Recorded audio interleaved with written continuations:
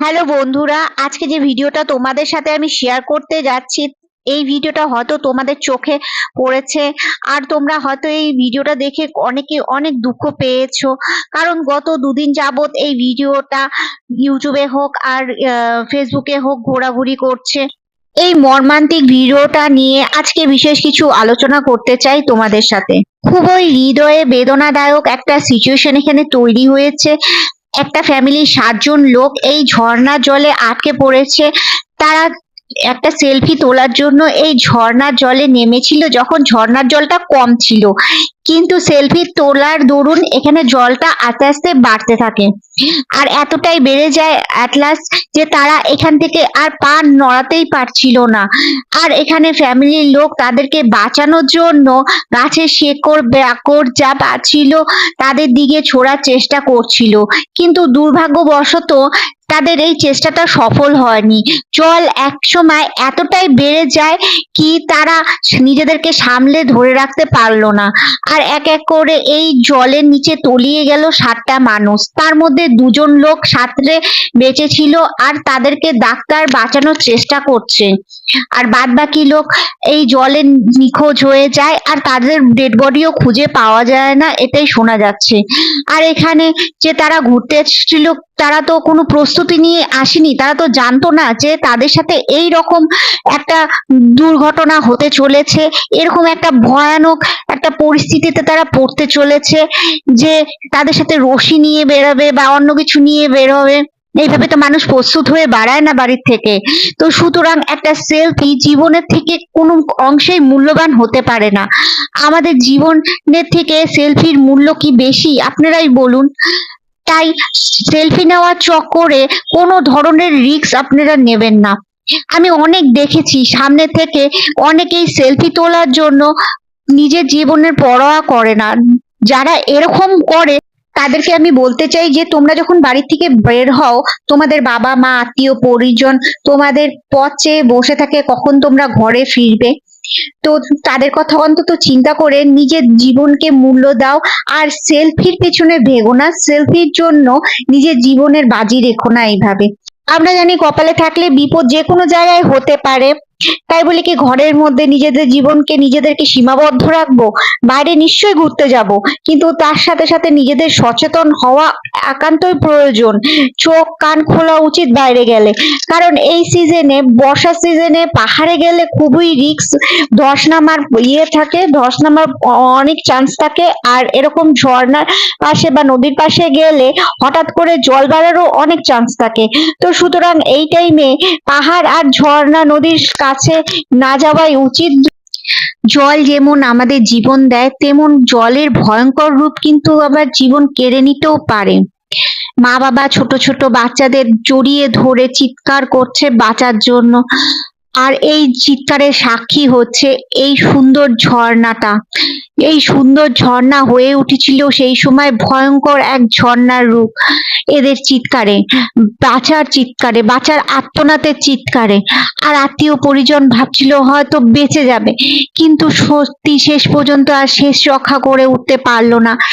এরা 17 জনের ফ্যামিলি এসেছিল এক বিয়ে বাড়িতে আনন্দ করতে। সেখান থেকে প্ল্যান হয়েছিল যে এই ঝর্ণায় ঘুরতে আসবে, সুন্দর মুহূর্ত কাটাতে আসবে।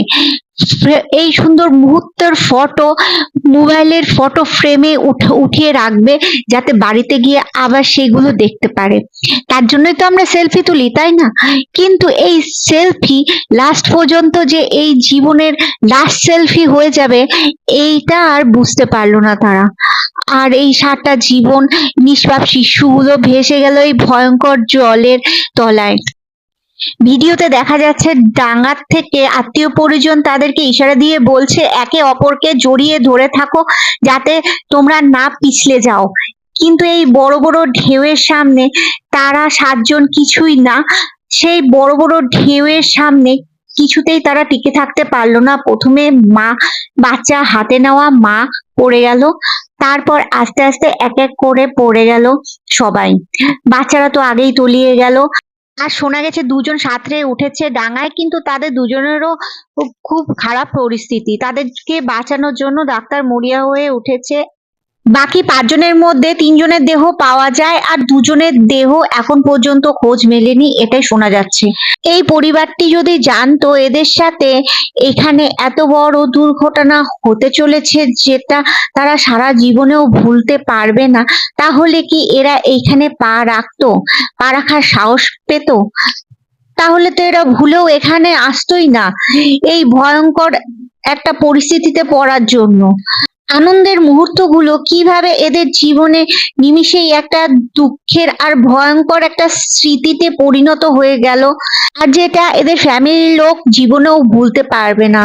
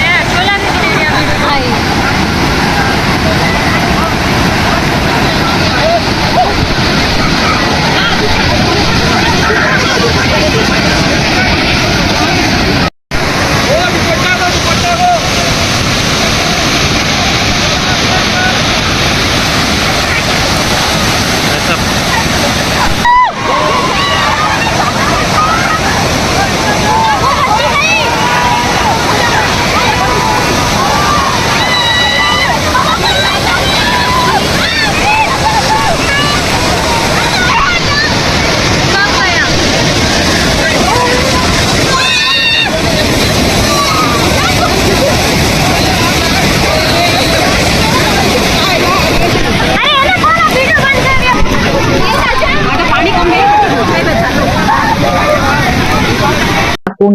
আমার এই ভিডিওটা বানানোর উদ্দেশ্য এটাই যে একটা সেলফি আমাদের জীবনের থেকে একদমই বড় না, আমাদের জীবনই অনেক মূল্যবান একটা সম্পদ। একবার জীবন চলে গেলে এই সুন্দর জীবন কিন্তু আর পাওয়া যাবে না। তো সুতরাং সেলফি নয়, নিজের জীবনকে বেশি গুরুত্ব দিন আর আমাদের বাড়িতে থাকা আমাদের আত্মীয় স্বজন পরিজনদের। তো আজকের ভিডিওটা এখানেই আমি শেষ করলাম। খুবই দুঃখর সাথে আমি এই পরিবারের জন্য ভগবানের কাছে প্রার্থনা করছি যে এই শোকের মুহূর্তগুলো খুব তাড়াতাড়ি কেটে যাক তাদের জীবন থেকে। আর ভিডিওটা এখানেই শেষ করলাম।